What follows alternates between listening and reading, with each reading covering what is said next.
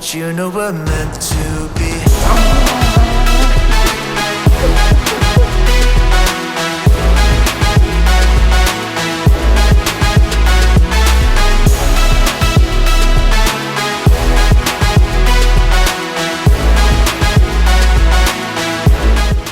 สวัสดีครับเพื่อนๆวันนี้ผมอาร์ตจาก The Nap Rider เช่นเคยนะครับวันนี้ก็เป็นวันดีที่ผมจะพาเพื่อนๆมาชมจักรยานคันใหม่ของผม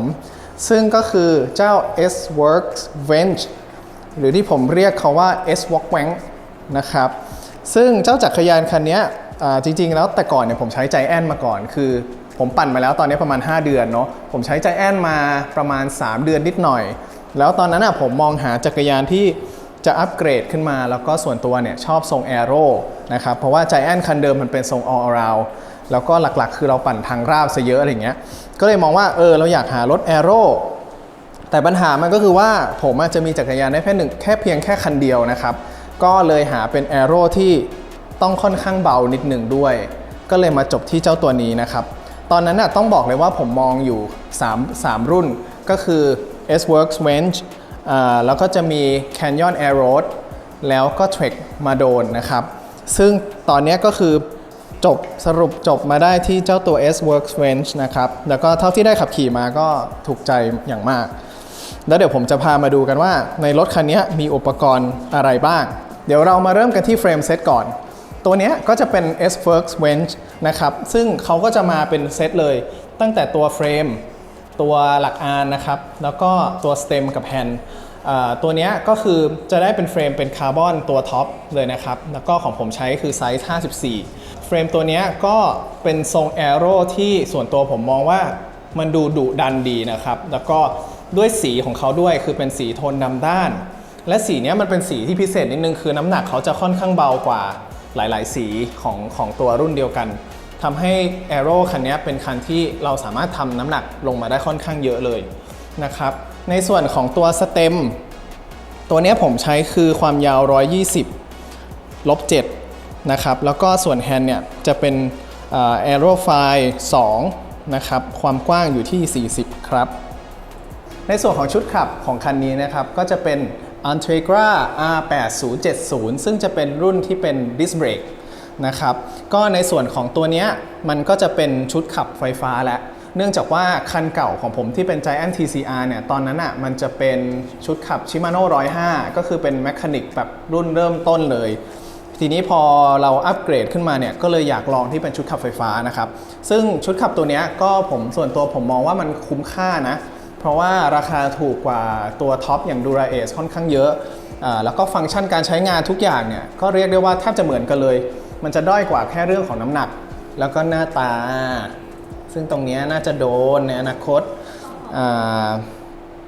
แล้วก็รายละเอียดอื่นๆนะครับผมใช้ขาจานตัวนี้จะเป็นขาจานความยาว 172.5 ซึ่งจะเป็น Antegra Power Pro ด้วยก็คือตัวนี้จะเป็นตัวที่บอกวัตต์2ข้างเลยอย่างเช่นตรงนี้นะครับก็จะเห็นได้ว่ามีเซ็นเซอร์วัตต์อยู่กระพริบติ๊กๆ2ข้างแล้วก็ในส่วนของเฟืองอันนี้จะเป็น 52-36 แล้วก็ส่วนด้านหลังเนี่ยผมเลือกใช้ 11-30 เพราะว่าอยากให้มันเป็นเฟืองตัวเดียวแล้วก็ไปได้ทุกที่เลยนะครับทั้งเขาทั้งทางราบในส่วนของระบบดิสเบรกก็คือคันเวนส์มันจะต้องใช้กับดิสเบรกอยู่แล้วก็ค่อนข้างจบนะครับเบรกค่อนข้างดีเลยควบคุมรถได้ดีแล้วก็การใช้งานคือพอเปลี่ยนมาเป็นระบบไฟฟ้ารู้สึกว่าการขับขี่สนุกขึ้นนะครับเปลี่ยนเกียร์ได้ค่อนข้างไวแล้วก็แม่นยำขึ้นไม่มีโซ่ตกด้วยและในส่วนต่อมานะครับก็คือล้อผมถอดออกมาให้ดูเลยและนี่ก็คือล้อ Bora WTO 45นะครับอันนี้เป็นล้อที่ผมชอบมากเลยคือหน้าตาลายคาร์บอนเขาสวยงามมากสวยจัดเลยแหละแล้วก็ซี่ลวดเขาจะเป็นเอกลักษณ์มากเห็นไหมฮะถ้ามองอย่างนี้มันก็จะเป็น3เส้น3เส้น3เส้นไปเรื่อยๆตัวล้อความนี้อันนี้ก็คือความลึกเขาจะอยู่ที่45นะครับแล้วก็น้ำหนักของเขาเนี่ยทั้ง2หน้าหลังเนี่ยจะอยู่ที่ประมาณ 1.5 กิโลเท่านั้นเองก็ถือว่าเป็นล้อ all around ที่ค่อนข้างเบาแล้วก็ที่ผมใช้ล้อประเภทนี้เพราะว่า1คือรู้สึกว่าตัวเองเนี่ยเพิ่งเริ่มปั่นอาจจะยังแรงขาไม่ค่อยดีก็เลยยังไม่เลือกล้อที่ขอบลึกเกินไปนะครับ ผมคิดว่าล้อขอบ 45 เนี่ยค่อนข้างจะโอเคในหลาย ๆ สถานการณ์ แล้วก็ใช้งานมาก็เยี่ยมครับ แข็งลื่นพุ่งนะครับใช้งานดีชอบมาก ๆ แล้วก็ต่อไปก็จะเป็นในส่วนของยางตัวนี้ผมใช้เป็น Schwabe Pro 1 นะครับก็จะเป็น tubeless ด้วยนะครับก็คือข้างในเนี้ยก็จะมีน้ำยา tubeless อยู่ แล้วก็รู้สึกจะเป็นขนาด 25 ครับ เพราะว่าเท่าที่ศึกษามาแล้วมันจะเหมาะสมกับขอบล้อตัวนี้ที่สุด ซึ่งพอเป็น tubeless เราก็จะเติมลมอยู่ที่ประมาณสัก 80-85 เท่านั้นเองครับ และอีกอย่างหนึ่งนะครับสำหรับเฟรมตัวนี้ก็คือ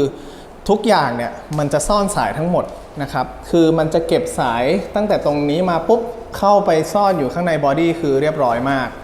ผมส่วนตัวชอบที่มันดูสะอาดดูคลีนมากนะครับแล้วก็มันไม่แบบรกรุงรังเหมือนจักรยานรุ่นอื่นๆที่แบบสายห้อยไปห้อยมา อันนี้อีกจุดหนึ่งที่ผมชอบมากโอเคแล้วก็องค์ประกอบสุดท้ายของคันนี้ก็คือขาดไม่ได้เลยก็คืออานจักรยานนะครับตัวนี้ผมจบที่ S-Works Romin ขนาด 143 นะครับเพราะว่าผมเป็นคนตูดเล็กนิดนึงทีนี้เรื่องเบาะคือถ้าเพื่อนๆจะหาเบาะที่ถูกใจที่สุดก็คือควรจะไปปรึกษาฟิตเตอร์นะเพราะว่าเบาะเนี่ยมันจะต้องทำการแมปปิ้งดูนะครับว่ารุ่นไหนมันเหมาะสมกับเรามันไม่ใช่ว่าแบบเราชอบหน้าตาแบบนี้เราซื้อมาใช้มันอาจจะไม่ได้ดีสำหรับเราก็ได้ขนาดนั้นเลยใช่ครับเพราะว่าเรื่องเบาะเนี่ยต้องให้ตูดเราเรียกร้องโอเคครับแล้วก็สรุปสุดท้ายน้ำหนักของจักรยานคันนี้นะครับจักรยานคันนี้ก็จะอยู่ที่ 7.8 กิโล 7.8 กิโลถามว่าเบาไหมก็ไม่ได้เบามากนะครับเพราะว่ามีหลายคนที่ทำเวนส์รุ่นนี้ได้ลงไปถึง6ปลายๆหรือ7ต้นๆเลยทีเดียวแต่ว่าสำหรับอาร์ตเนี่ยผมคิดว่าคันนี้ 7.8 สำหรับผมก็ค่อนข้างโอเคแล้วจะมีบางอย่างที่น่าจะยังอัปเกรดได้ก็อาจจะลงไปถึงสัก7กลางๆก็น่าจะเพียงพอมากแล้วนะครับแล้วก็